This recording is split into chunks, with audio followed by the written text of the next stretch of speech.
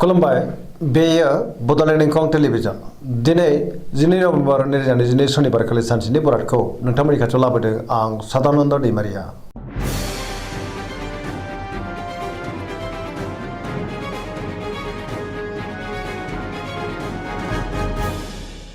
सिगां फरायनो लादों मेष राशि गिबि हांखो अ ल दिनैनि साना मोजां आरो गाज्रिनि गेजेरजों बाबेनलांगोन।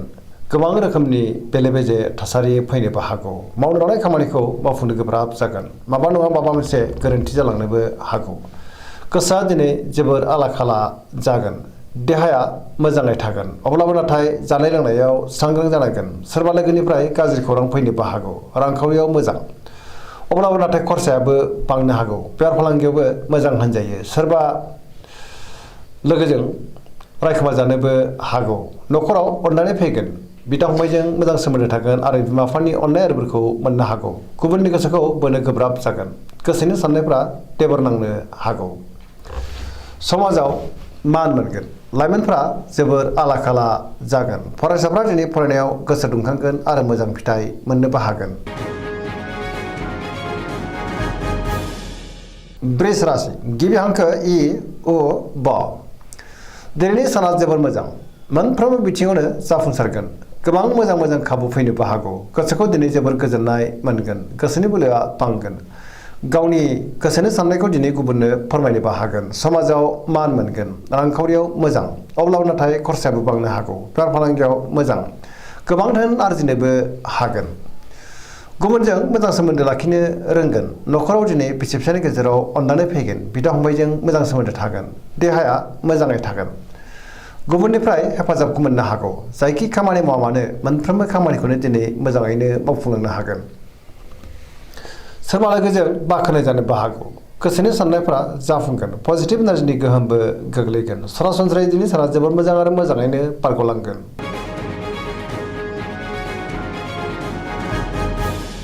मिथुन राशि गिबि हांखो क स दिनैनि साना मोजां आरो गाज्रिनि गेजेरजों बाबेनलांगोन। नेगेटिभ एनार्जिनि गोहोमबो गोग्लैनो हागौ। गोसोआव गोनो गोथो साननाय फैगोन। मोनफ्रोमबो बिथिङाव माबा नङा माबा मोनसे हेंथा फैनोबो हागौ। गियाननि आंखाल जानोबो हागौ। गोसोखौ दिनै जोबोर गुलाय गुजाय मोनगोन। गोसोआ आला खालाबो जागोन। देहाया मोजाङैनो थागोन। रांखावरियाव मोजां। अब्लाबो नाथाय खरसायाबो बांगोन। बेफार फालांगियावबो मोजां होनजायो। न'खराव दिनै अननानै फैगोन। समाजाव मान मोनगोन। सोरजोंबा रायखोमा जानोबो हागौ। सांग्रां जानाया गाहाम। मावनो लानाय खामानिखौ मावफुंनो हागोन। सोरबा लोगोनिफ्राय हरखाबै गाज्रि खौरांबो मोननो हागौ। गुबुनजों मोजां सोमोन्दो लाखिनो गोब्राब जागोन। लाइमोनफोरनि गोसोआ दिनै जोबोर आला खाला जागोन आरो नेगेटिभ एनार्जिनि गोहोमबो गोग्लैनो हागौ। कर्कट राशि गिबि हांखो द ह दिनैनि साना जोबोर मोजां। गुबुनजों मोजां सोमोन्दो लाखिनो रोंगोन। सोरजोंबा बाख्नाय जानोबो हागौ। गोसोआ दिनै जोबोर खुसि जागोन। सोरबा लोगोजों बाख्नाय जानो हागौ। गोसोनि साननायफ्रा जाफुंगोन। गोसोआव पजिटिभ साननाय फैगोन। गोथों आरो गोग्गो साननो रोंगोन। गियाननि आंखाल जानाय नङा। जायखि खामानि मावा मानो मोनफ्रोमबो खामानिखौनो दिनै मोजाङैनो मावफुंनो हागोन। रांखावरियाव जोबोर मोजां। बेफार फालांगियावबो दिनै जोबोर मोजां मुलाम्फा मोनगोन। न'खराव दिनै अननानै फैगोन। समाजाव लोगो लेवा बांनो हागौ। देहाया दिनै मोजाङैनो थागोन। गुबुननिफ्राय थोजासे हेफाजाब मोनगोन। सोरबा लोगोजों बाख्नाय जानानै गोसोआ दिनै जोबोर खुसि जागोन। फरायसाफ्रा फरायनायाव गोसो दुंखांगोन आरो मोजां फिथाइ मोनगोन। धोरोमारि बिथिङावबो गोसो दुंखांगोन।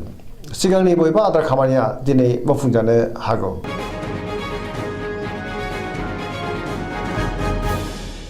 सिंह राशि गिबि हांखो म थ दिनैनि साना मोजां आरो गाज्रिनि गेजेरजों बाबेनलांनो हागौ। नेगेटिभ एनार्जिनि गोहोमबो गोग्लैनो हागौ। मावनो लानाय खामानिखौ मावफुंनो हागोन। अब्लाबो नाथाय जोबोर मेंनाय फैगोन। सोरबा लोगोनिफ्राय मोजां खौरां मोननोबो हागौ। सोरजोंबा बाख्नाय जानोबो हागौ। रांखावरियाव बारा मोजां नङा। आयनिख्रुइ खरसायासो बांसिन जानो हागौ। बेफार फालांगियावबो बारा मोजां नङा। खहा जानांनो हागौ। गोसोनि साननायखौ गुबुननो फोरमायनो गोब्राब जागोन। माबा नङा माबा मोनसे हेंथा फैनोबो हागौ। न'खराव अननानै फैगोन। समाजाव मान मोनगोन। गुबुननि गोसोखौ बोनो गोब्राब जागोन। देहाया मोजाङै थागोन। अब्लाबो नाथाय जानाय लोंनायाव सांग्रां जानांगोन। गुबुनजों गोरोबनो गोब्राब जागोन। गोसोनि साननायफ्रा गोरोबलायाबो जानो हागौ नेगेटिभ एनार्जिनि गोहोम गोग्लैनो हागौ कन्या राशि गिबि हांखो प ट दिनैनि साना मोजां आरो गाज्रिनि गेजेरजों बाबेरलांगोन गोसोआव गोनो गोथो साननाय फैनो हागौ गोथों गोनां गोग्गो साननो रोंनाय नङा गियाननि आंखालबो जानो हागौ रांखावरियाव मोजां अब्लाबो नाथाय खरसायाबो बांगोन बेफार फालांगियाव मोजां होनजायो देहाया बारा मोजां थानाय नङा जानाय लोंनायाव सांग्रां जानांगोन गोबां रोखोमनि देहायारि जेंनाजों मोगा मोगि जानांनोबो हागौ गगा बायदिसिनाजोंबो खस्थ' मोननांनो हागौ न'खराव अननानै फैगोन गोबां खामानियाव दिनै मुखुबबो थागोन नेगेटिभ एनार्जिनि गोहोम गोग्लैनो हागौ धोरोमारि बिथिङाव गोसो दुंखांगोन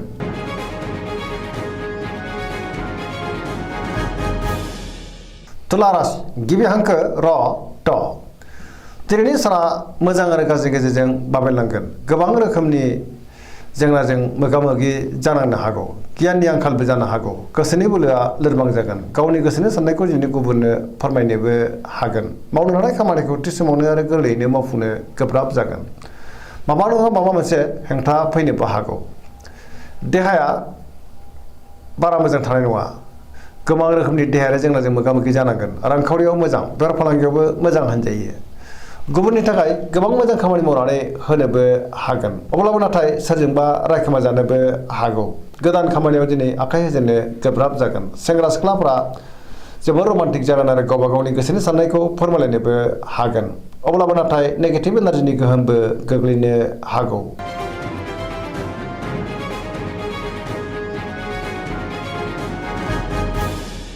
वृश्चिक राशि गिबि हांखो न स दिनैनि साना मोजां आरो गाज्रिनि गेजेरजों बाबेरलांगोन गोसोखौ दिनै जोबोर उसाव-बादाव मोनगोन देहाया बारा मोजां थानाय नङा जानाय लोंनायाव सांग्रां जानांगोन गोबां रोखोमनि देहायारि जेंनाजों मोगा मोगि जानांनो हागौ नेगेटिभ एनार्जिनि गोहोमबो गोग्लैनो हागौ सोरबा गोजाम लोगोजों बहाबा लोगो मोनज्लायनो हागौ गोसोआव गोनो गोथो साननाय फैगोन मावनो लानाय खामानिखौ मावफुंनो गोब्राब जागोन माबा नङा माबा मोनसे हेंथा फैनोबो हागौ गुबुननिफ्राय हेफाजाबखौ मोननो हागोन गोसोनि साननायफ्रा नाथाय अब्लाबो देबोर नांगोन गोसोनि बोलोआबो लोरबां जानो हागौ समाजाव मान मोनगोन न'खराव अननानै फैगोन रांखावरियाव मोजां अब्लाबो नाथाय खरसायाबो बांनो हागौ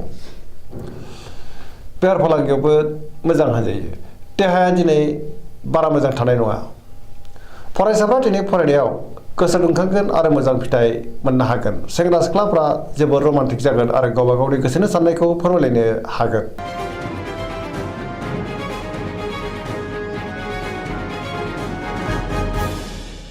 धनु राशि गिबि हांखो ध फ फ दिनैनि साना जोबोर मोजां गोसोखौ दिनै जोबोर गोजोननाय मोनगोन मावनो लानाय खामानिखौ थि समावनो आरो गोरलैयैनो मावफुंनोबो हागोन गोसोनि साननाया जाफुंगोन रांखावरियाव दिनै जोबोर मोजां गोबां धोन आरजिनोबो हागोन बेफार फालांगियाव दिनै जोबोर मोजां मुलाम्फा मोननो हागोन समाजाव मान मोनगोन देहाया मोजाङै थागोन न'खराव अननानै फैगोन बिदा फंबायजों मोजां सोमोन्दो थागोन आरो बिसि फिसायनि गेजेराव अनलायनाया बांगोन लाइमोनफोरनि गोसोआ दिनै जोबोर रमान्टिक जागोन आरो गावबा गावनि गोसोनि साननायखौ फोरमायलायनोबो हागोन पजिटिभ एनार्जिनि गोहोम गोग्लैनो हागौ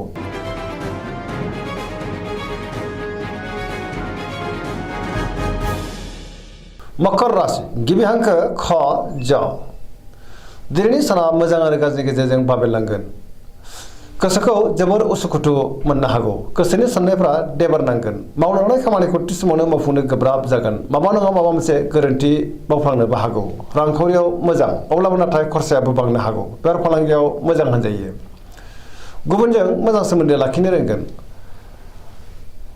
लाइमोनफ्रा जोबोर रमान्टिक जागोन आरो गावबा गावनि गोसोनि साननायखौ फोरमायलायनो हागोन अब्लाबो नाथाय माबा नङा माबा मोनसे गोरोन्थिबो जानो हागौ सोरनिबा गाज्रि नोजोर गोग्लैनोबो हागौ सांग्रां जानांगोन फरायसाफ्रा दिनै फरायनायाव गोसो दुंखांगोन आरो मोजां फिथाइ मोनगोन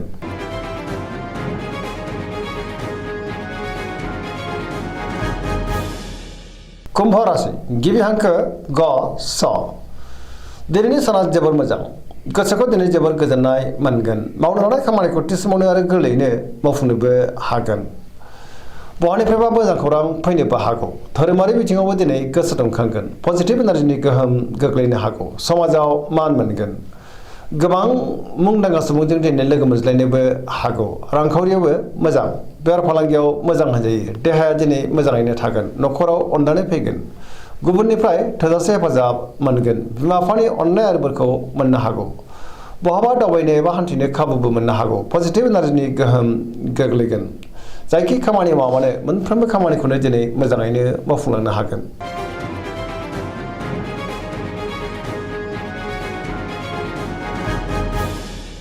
मीन राशि गिबि हांखो ड स दिनैनि साना जोबोर मोजां गुबुननि थाखाय गोबां मोजां खामानि मावनानै होनोबो हागोन गोसोआव पजिटिभ साननाय फैगोन गोथों आरो गोग्गो साननो रोंगोन गियाननि आंखाल जानाय नङा गोसोनि बोलोआ बांगोन गावनि गोसोनि साननायखौ दिनै गुबुननो फोरमायनोबो हागोन सोरजोंबा बाख्नायजानो हागौ देहाया दिनै मोजाङैनो थागोन रांखावरियाव मोजां अब्लाबो नाथाय खरसायाबो बांनो हागौ बेफार फालांगियाव दिनै जोबोर मोजां मुलाम्फा मोनगोन गुबुनजों मोजां सोमोन्दो लाखिनोबो रोंगोन सोरबा लोगोजों बाख्नायजानानै गोसोआ दिनै जोबोर खुसि जागोन पजिटिभ एनार्जिनि गोहोमबो गोग्लैगोन धोरोमारि बिथिङावबो गोसो दुंखांनो हागौ फरायसाफ्रा दिनै फरायनायाव गोसो दुंखांगोन आरो मोजां फिथाइ मोनगोन सरासनस्रायै दिनै साना जोबोर मोजां आरो मोजाङैनो बारग'लांगोन दिनैनि राशि फरायनाया एसेनोसै जोबनायाव बेखौनो खावलायो जाहाथे नोंथांमोना सानफ्रामबो जोंनि बे बड'लेण्ड इंखं टेलिभिजनखौ नायबाय थायो आरो साबस्क्राइब खालामो लोगोसे लाइक खालामो आरो शेयार खालामो एसेनोसै गोजोन्थों